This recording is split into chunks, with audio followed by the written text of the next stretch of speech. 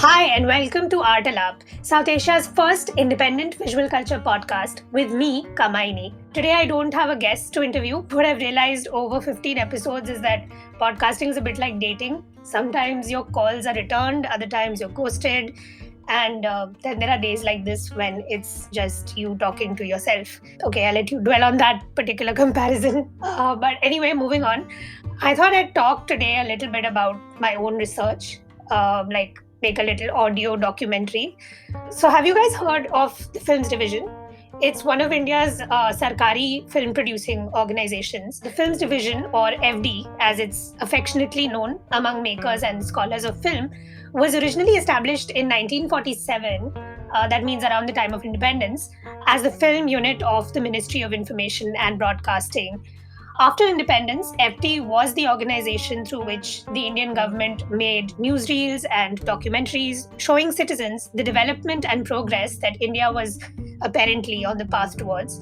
So, yeah, pretty much state propaganda, but of great cultural and historical value, with a wide range of aesthetic sensibilities and political ideologies driving it. Over the past 75 years, FD has become an archive of not just some of India's greatest non-fiction cinema, but also India's vision, hopes, and dreams for itself, enabling some of the best-known filmmakers in the country to make documentaries, including people like V. Shantaram, Satyajit Ray, Ritik Ghotok, and Manikol. Recently, FD has been in the news again for all the wrong reasons, as seems to be the norm in this regime. In December 2020, the government of India decided to merge its film media units. This means that four major public funded institutions, the Films Division, the Directorate of Film Festivals, the National Film Archive of India, and the Children's Film Society of India, are to be closed down and subsumed under the umbrella organization of the National Film Development Corporation. And the reason cited for this fusing of institutions was, of course, an aim to optimize expenditure and resources. Uh, However, the entire process of restructuring government film units has been shrouded in mystery. The committee report that made these recommendations was not made public despite an RTI application, and stakeholders such as the employees of these institutions, members of the film industry, and India's tax paying citizens were not consulted. In December 2021, a letter signed by over 1,500 cinema workers, including directors, cinematographers, actors, editors, and screenwriters, as well as scholars and citizens, was sent to the Ministry of Information and Broadcasting. The letter expressed concern about the lack of transparency regarding this move and the privatization of India's cinematic heritage. But as of right now, February 2022, plans to go through with this controversial decision are on track. So everything is on brand, really. So, with this current state of affairs in the backdrop, I thought it might be a good time to share with you guys some original research of mine, which draws on the Films Division archive. Before we continue, I'd like to let our listeners know how to access the material accompanying our conversation. To view the images and other material being referenced and discussed in the episode, click on the link in the show notes to access the guide. You can also find the link to the guide for each episode in our Instagram captions and tweets. I'll give you a bit of a background. So, in the 1960s and 1970s, FD went through a burst of experimentation that resulted in a small but historically important body of films which had a distinct language. One of the guys who emerged at FT during this period was a filmmaker called Pramod Pati. A few years ago, in 2015, which now seems like a different century, I wrote an academic essay about his practice and was published in a peer reviewed journal, so you can look it up. It's titled Archaeology of an Experiment, the Science Fiction Cinema of Pramod Pati, and the complete citation is available in this episode's show notes. In this episode of ARTalaap, I'll share a part of that essay. I'll talk about the films of Pramod Pati and mix things up with audio clips from his short films. The framework and substance of this essay were developed with the help of work done by Vivian Shopchak, Gyan Prakash, Partho Chatterjee, Amrit Gangar, Shrirupa Roy, Anuja Jain, Shrikant Srinivasan, Sanjeet Narvekar, and Santosh Gaur. Just wanted to acknowledge their research ideas and contributions to my essay at the outset. Obviously, they're all cited in the full essay. I actually wrote it as part of an MA course that I did with my professor, Dr. Rashmi Sahni. So I'm excited to talk about this with you because I feel like more people will know about the wealth that lies in the films division. So my chief point is that the experimental shorts that Pramod Pati made at FD during the late 1960s and early 1970s were a kind of prehistory of science fiction films in India. To make my case today, I'll share my analysis of three of his films, all of which are available on YouTube, by the way: Explorer, Claxplosion, and Trip, with respect to their use of sound, special effects, and non-linear narrative. Non-linear narrative means that they don't show the movement of time as cause and effect or from A to B.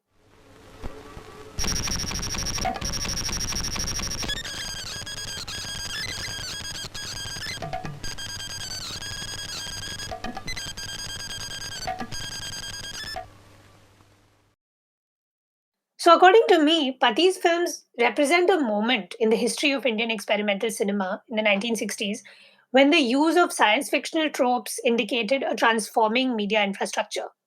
And this media infrastructure was being harnessed by the Indian government to construct a modern public sphere.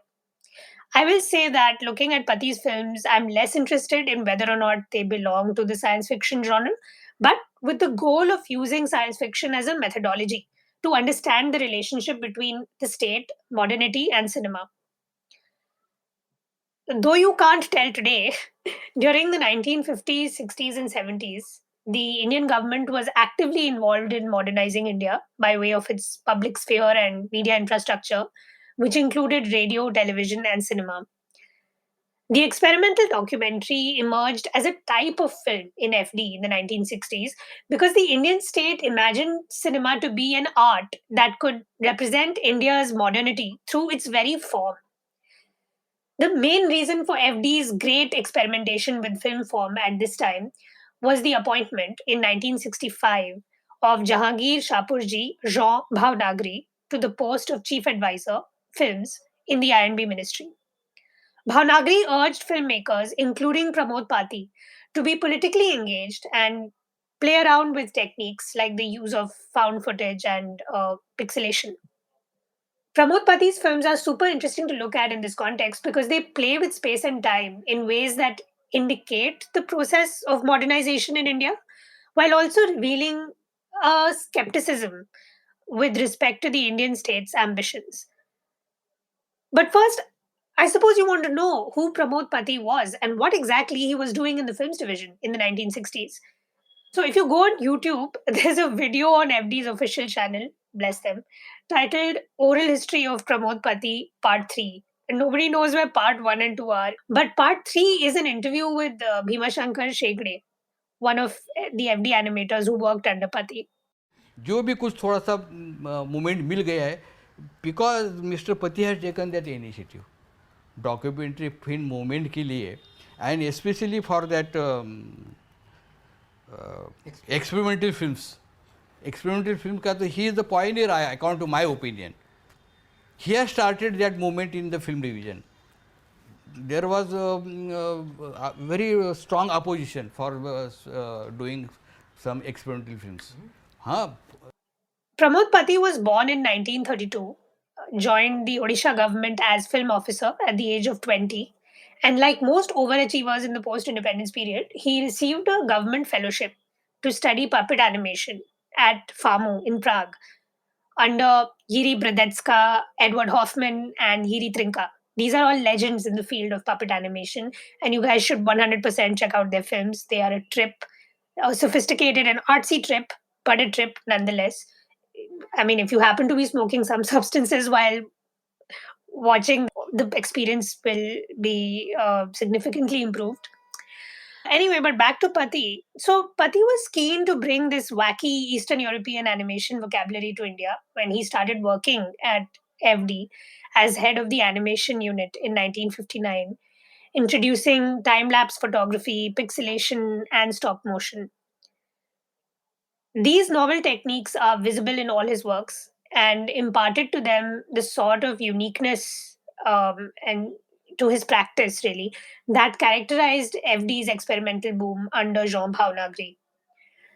But rather than solely as expressions of an individual artistic vision, I think that Pati's films should be viewed as a response to the workings of a young, independent nation state producing a modern cinema in a modern media context. Let me explain.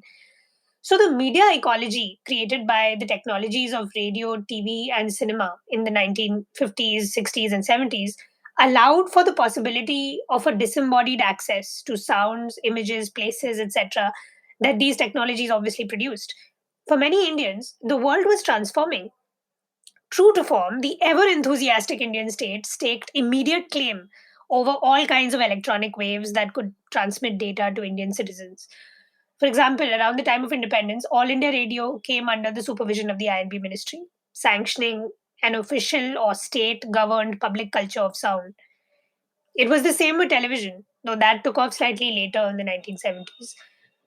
So, much like a codependent parent, what are those? Don't know what you mean. The Indian government was providing information and data to the optical and auditory arenas of the public sphere. Even with FD, the short films it produced were compulsorily shown before your standard commercial massy films, as Bollywooders call them, your standard commercial cinema, your movies, allowing the state to control citizens' sensorial experience. So I think that this extended mediascape of 1960s India significantly influenced the cinematic aesthetic of several FD films, and the peculiar science fictional characteristics as seen in Pati's films, for example, represent the state's efforts at creating an appropriately modern documentary and film culture. The science fictional tropes of Pati's films, drawing from changes in a mediascape largely controlled by the Indian government, suggest a cinematic form that rests on the negotiation between state ambition and artistic liberty.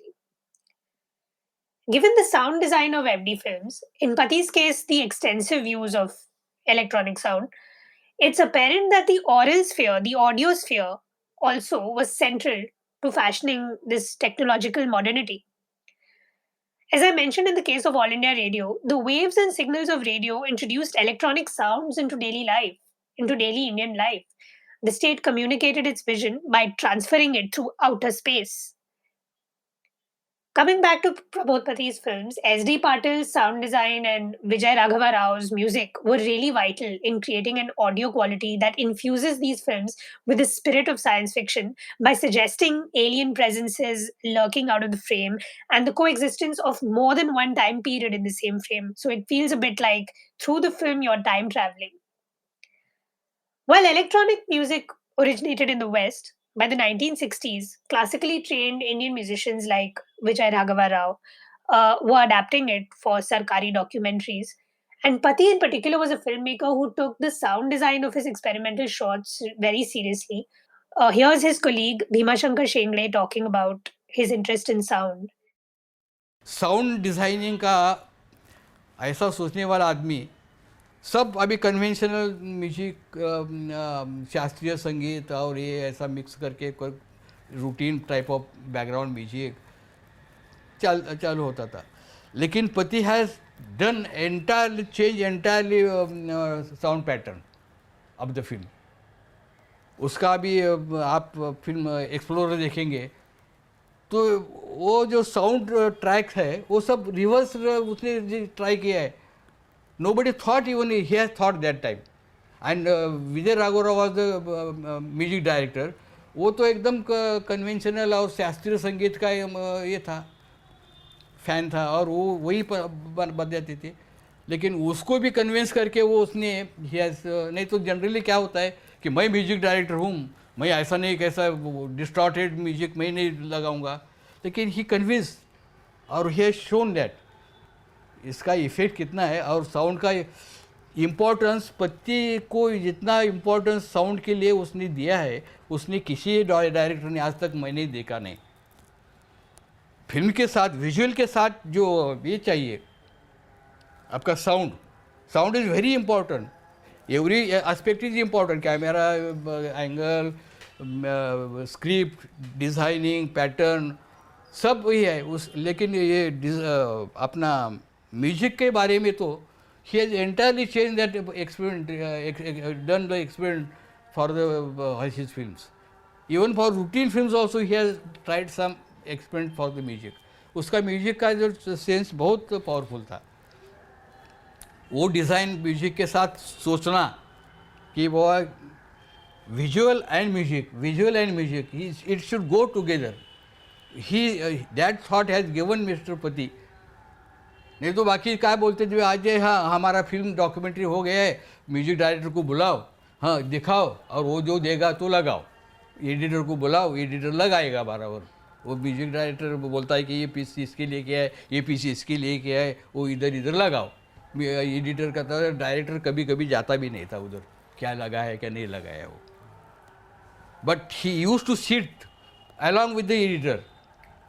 He used to sit along with the music director. क्या चाहिए. तो इतना involvement film में ऐसे आदमी मिलना बहुत मुश्किल है. एंड पति was the only person who has spent his entire life for the filmmaking, and that too documentary films. So I'm going to speak a little bit about each of Pati's 3 films. Obviously, I won't go into all the arguments and details because that would be so boring that I wouldn't even want to listen to it.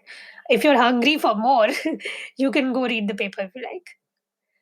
So I'll begin with Explorer, which was made and released in 1968. Now, this film is probably the best known film of Pati's oeuvre, probably even one of the more famous FD films of all time. This is because at one point in this film, the words fuck censorship emerged bright and bold, and apparently this holds great appeal for many Indians for some reason. It's not like we live in a repressive society or anything, who knows. But back to Explorer. So the classic tradition versus modernity trope of Indian cinema is reworked in this film into a science fictional mode through the use of sounds associated with Western fantasy and science fiction, alongside those used in Indian mythologicals and religious ceremonies. So there's a clavioline, for example, an instrument that was used in an AT&T commercial in 1962 and therefore became associated with modernity, futurity, and a new sort of information society. This extremely specific knowledge about the clavioline came to me via Carlo Nardi's work. Just want to acknowledge him. To me, Explorer came off as a highbrow version of Invasion of the Body Snatchers. This plotline is manifested in the film entirely through the play of electronic sound and Indian music, both classical and popular Indian music. Let me give you an example.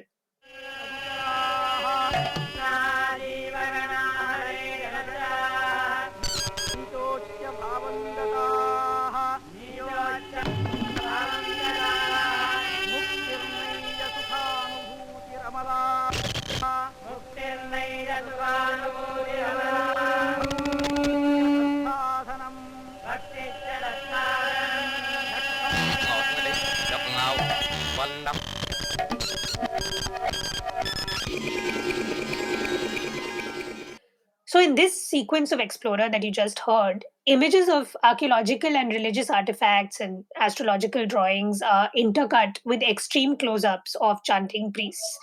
This sequence is set to a soundtrack that melds bhajans and damru rolls, somewhat expected given the milieu, with relentless electronic beeps that have zero connection to the priests that you're seeing on screen. The more you pay attention, the more it sounds like a progressive alien invasion of sound. Immediately after, you hear this sort of, after this sequence, after the sequence with the priests, you hear this sort of motif that accompanies, remember chamatkars or miracles in mythological serials like Ramayana and Mahabharata?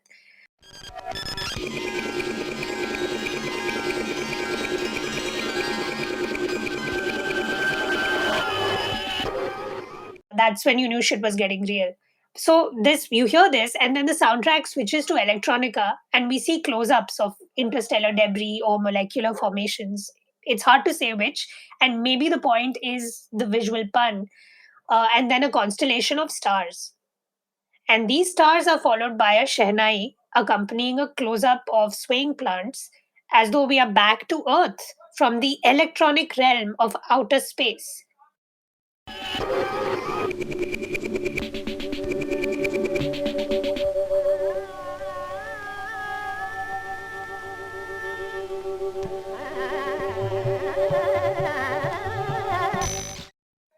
As the film goes on, the sound changes to a musical patchwork of whirs and beeps, like a dial up internet connection. I'm really showing my age here, but yeah, that's the best example, parallel I can draw.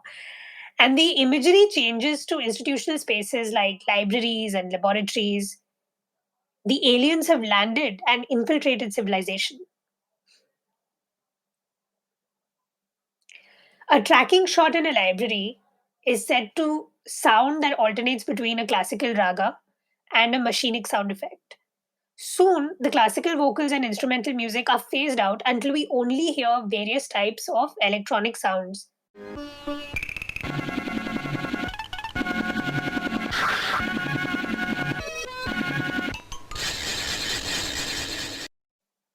It's like the aliens have completely taken over.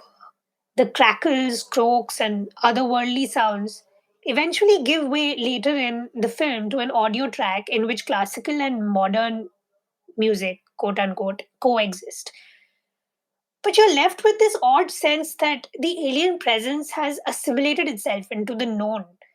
It's a nod to the classic sci fi trope of the alien imposter entering human society incognito. What's even more eerie is that during the credit sequence of Explorer, all you hear is a series of electronic bleeps. It's so creepy, it's honestly like something out of the Twilight Zone.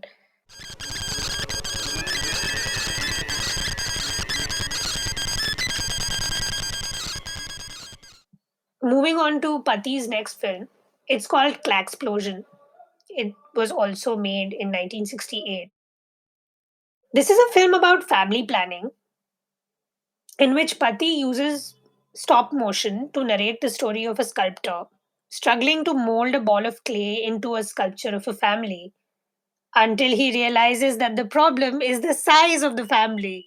So, super subtle stuff. Yeah, just amazing. Claxplosion opens in an empty studio with sounds of outer space and electronic effects.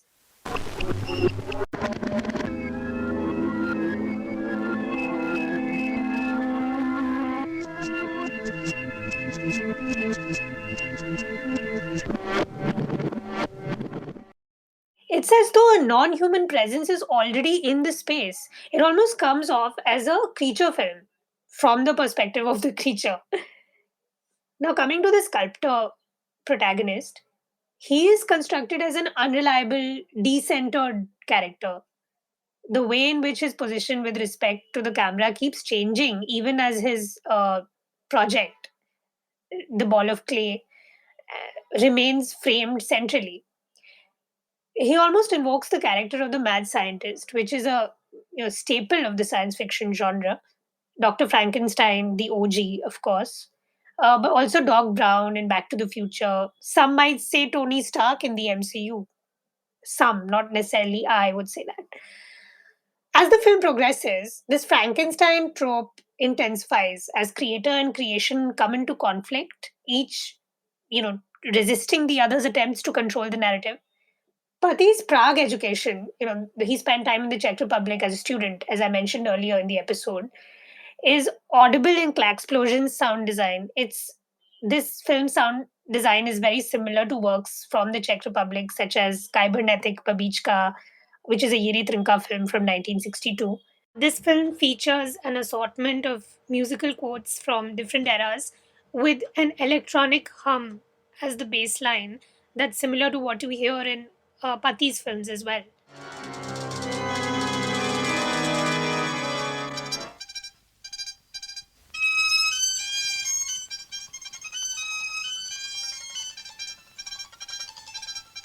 Similarly, while there's no explicit mention, one could speculate that certain sequences in Pati's works were influenced by the Czech animator Jan Schwankmajer. Two of his films, for instance, Bit and Rakvikarna, feature similarly discontinuous images and a musical assemblage of mechanical everyday sounds. You can hear them here.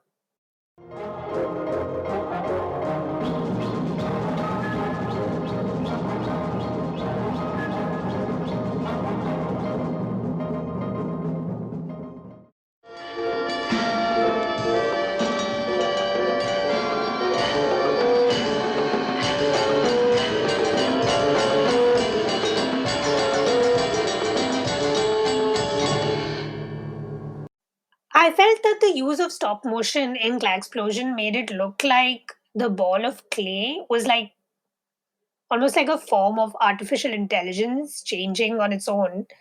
And that's the sense you get watching the film. Like this is an animate, sentient being, even though it's visibly not. Since Explosion was part of the Indian government's massive family planning promotional drive in this period, it seemed to be supporting the use of technology to intervene in a natural or divinely ordained process. And at the end of the film, when the sculptor wins out over the ball of clay, surprise, the sound changes from the alien electronic to recognizable Indian classical music.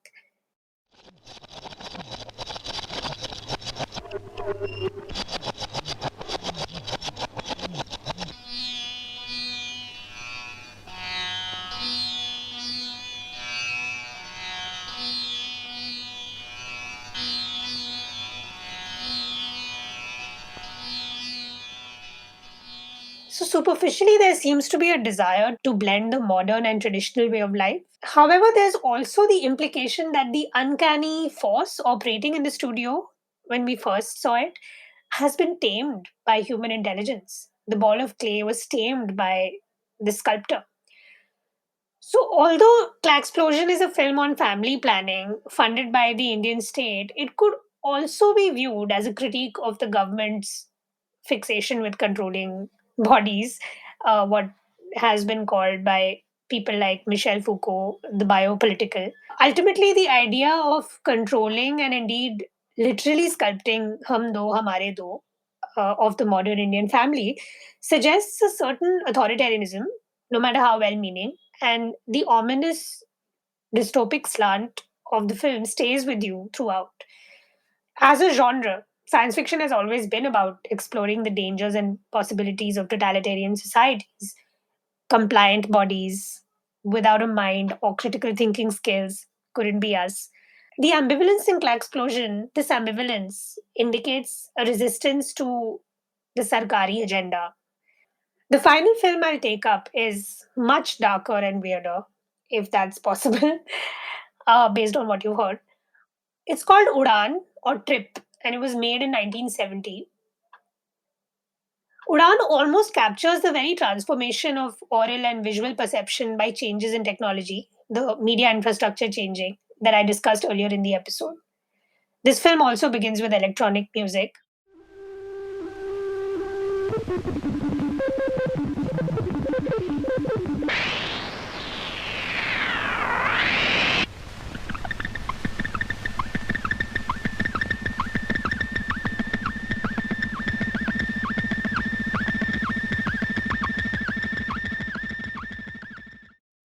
And just like with Explosion, it conjures up a feeling of foreboding because of the arrival of a non human spectatorial presence before we, the human viewers, could get there. Udan is made up of 7 long short scenes. Each is a long take that's time lapsed through fast editing. Every one of the 7 scenes features an expanse of Bombay, like a railway station or a metropolitan road. Either it's busy urban heart or obviously suburban areas. And each scene begins and ends with a slow fade in and fade out. The reflective long shot slash long take combination conflicts with the blink of the fade in fade out that divides each of the chapters. There's this creepy sense that we're seeing this film from the POV of a non human optical structure that sees the world, our world, in exactly this way. Because of the high angle long shots, you also get a sense that the city is being watched in a form that's uh, really similar to the surveillance aesthetic of the CCTV camera. I mean, obviously, this is many years before those became ubiquitous. And the final shot is pretty scary. It's it's an aerial view of the gateway of India, decentered, before a menacing shadow spreads and swallows it as the screen fades to black. Yeah, that got me a little. Each scene in Udan has its own electronic score. It's a combination of beeps, machinic sputters, cybernetic computerized squeals, and typical video game sounds, like that's what they put you in mind of, implying the presence of a non-human voyeur at each location.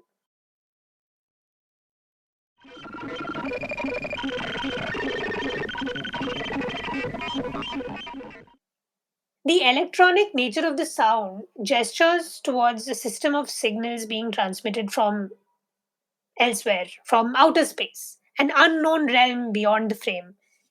Literally the frame of the film, but also metaphorically, like beyond the ambit of development and urbanization, which the state was obsessed with at this time. The final sound is a flat, monotonous buzz, much like an aeroplane taking off.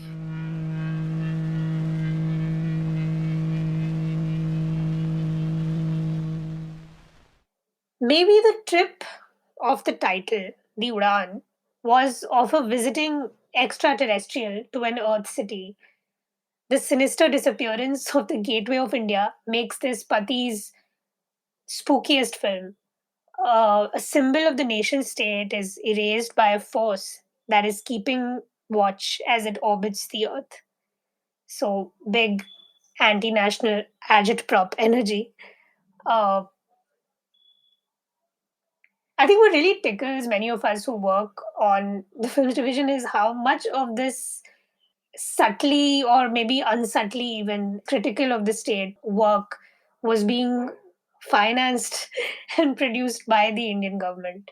I think that's why it matters that these institutions remain autonomous and are properly funded and are accountable to the citizenry. The kind of move that the current government is pulling by being opaque about its maneuvers, it imperils, it endangers a publicly funded film heritage. So, but coming back to my essay, in summary, the spurt of experimental films being produced at the FD, especially in the 1960s and 1970s, is very much in dialogue with the transforming media landscape of those decades, governed as it was by the Indian state.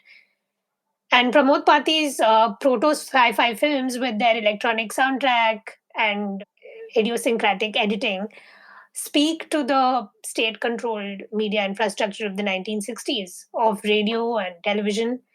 Both the state at that time and these films can be seen to have a futuristic ambition, both ideologically and formally, and are united through the mode of science fiction, redefining our relationship to time and space, and as an extension to modernity itself.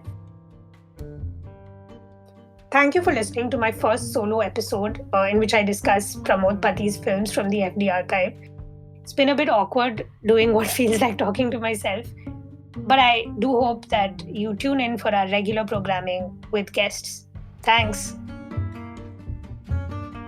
If you enjoyed ARTalaap, please like and share the episode over social media. For more information and updates, you can follow us on Instagram at art.alaap and on Twitter at @RTALAAP.